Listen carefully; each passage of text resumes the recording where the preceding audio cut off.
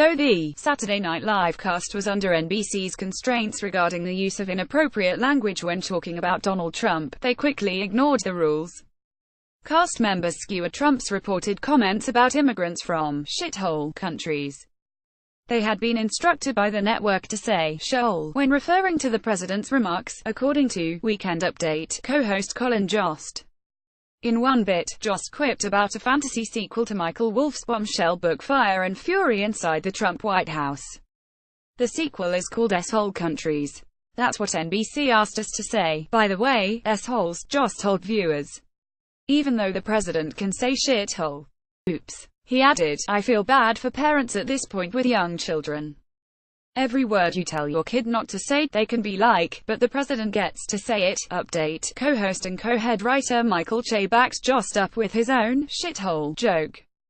Interestingly, the issue about language came up during the same episode in which guest host Sam Rockwell accidentally dropped an uncensored F-bomb. In the scene, Rockwell, playing a science teacher in a spoof of PBS Kids show, gets frustrated with two cast members playing children Cicely Strong and Mikey Day in his classroom. You can't be this fucking stupid, he snapped in an improvised line. The audience laughed as Rockwell instantly put his hand to his mouth and stammered, I'm sorry. But Strong put her fingers in her ears, but the sketch proceeded as if nothing was amiss. It was the first F-flub since NBC beginning the program live in the spring. But the word was scrubbed, as was shithole, from the West Coast feed, which has a slightly longer delay, Variety reported.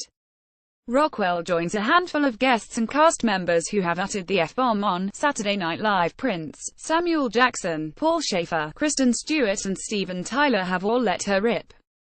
Cast members Charles Rocket in 1981 and Jenny Slate 2009 were both fired after their gaffes. The uproar over Trump's comments, meanwhile, refused to abate Sunday as Sen. David Perdue, Georgia and Sen. Tom Cotton Ruck continued to insist that the president did not refer to African and Latin American nations, as well as Haiti, as shithole countries. Other witnesses, including Sen. Dick Durbin-Dill and Sen. Lindsey Graham RSC, did hear the comments. Download Mary Papenfuss Trends reporter, HuffPost.